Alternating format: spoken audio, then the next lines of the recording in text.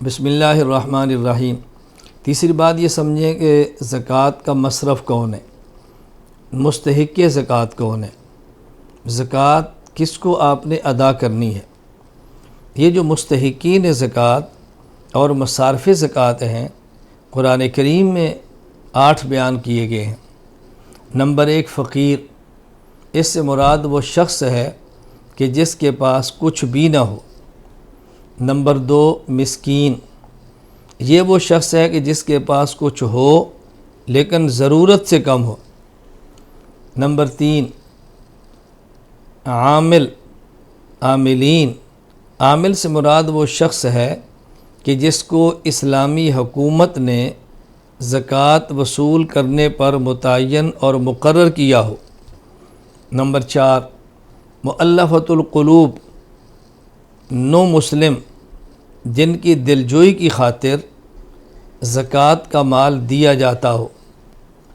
یہ اب نہیں، یہ مصرف اب ختم ہو چکا ہے، اس لیے یہ اس وقت کی بات ہے جب اسلام کا ابتدائی زمانہ ہے، ابھی اسلام دنیا پہ غالب نہیں ہوا، لوگ اسلام میں آ رہے ہیں، ان کی دلجوئی کی خاطر حکم تھا۔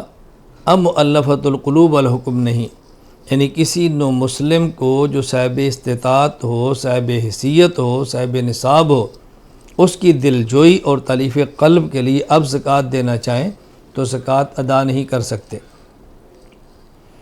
نمبر 5 غارمین، غارمین سے مراد وہ مقروض کہ جس کے سارے اثاثہ جات جمع کیے جائیں تو اس کا قرض ادا نہ ہو، یا ان کے اثاثہ جات جمع کر کے قرض ادا کر دیا جائے تو باقی اتنا مال بچے کہ جو نصاب کے برابر نہ ہو، نصاب سے کم ہو۔ نمبر 6 فک و رقبہ، جسے قرآن کہتے ہیں فر رقاب، یعنی غلام کو آزاد کرنے کے لیے، غلام کو آزاد کرانے کے لیے اس کی مالی مدد زکوٰۃ سے کرنا تاکہ وہ پیسے دے کر آزاد ہو جائے۔ نمبر 7 فی سبیل اللہ، وہ شخص جو اللہ کے راستے میں ہو۔ فی سبیل اللہ کا بہترین اور اول اور پہلا مصداق تو مجاہد فی سبیل اللہ ہے، لیکن وہ لوگ جو دین حاصل کرنے کے لیے اللہ کے راستے میں نکلتے ہیں، دین کی اشاعت اور تبلیغ کے لیے اللہ کے راستے میں نکلتے ہیں، کوئی دینی خدمات سر انجام دینے کے لیے نکلتے ہیں، ان کو بھی فی سبیل اللہ کی بنیاد پر زکوٰۃ دے سکتے ہیں۔ نمبر 8 وابن السبیل، مسافر، یعنی ایسا شخص کہ جس کے پاس اپنے گھر، اپنے وطن میں اتنے پیسے موجود ہیں کہ جو نصاب کے برابر ہیں، یعنی اپنے وطن میں صاحب نصاب ہے لیکن دوران سفر اس کے پاس اب پیسے نہیں، نصاب سے کم پیسے ہیں اور اس کو ضرورت ہے، تو ایسے شخص کو زکوٰۃ دے سکتے ہیں کہ اپنی سفر میں ضرورت پوری کرے۔ یہ مصارف زکوٰۃ سمجھنا بہت اہم ہے۔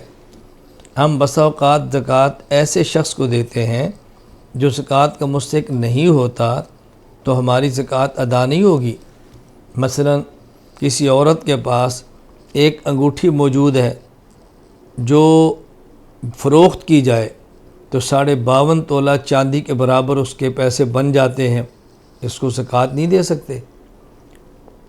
اگر کسی شخص کے گھر میں اتنا قیمتی ٹی وی کوئی اور موجود ہے، ایسی خرافات والی چیز جس کی مالیت دیگر پیسے ملا کر 52.5 تولہ چاندی کے برابر بن جائے، اس کو بھی زکوٰۃ نہیں دے سکتے۔ کسی عورت نے یا کسی آدمی نے اپنی بیٹی کا نکاح کرنا ہے، اس کو رخصت کرنے کے لیے اس نے اتنا مال جمع کیا ہوا ہے کہ جس کی مجموعی مقدار 52.5 تولہ چاندی پیسوں کے برابر ہے، آپ اس کو بھی زکوٰۃ نہیں دے سکتے۔ اس لیے اس کا خیال کرنا بے حد ضروری ہے کہ زکوٰۃ ہم نے کس کو دینی ہے۔ زکوٰۃ کا مصرف ہو، زکوٰۃ کا مستحق ہو، وگرنہ زکوٰۃ ادا کی تو زکوٰۃ ادا نہیں ہوگی۔ تو مصارف زکوٰۃ ذہن نشین فرما لیں۔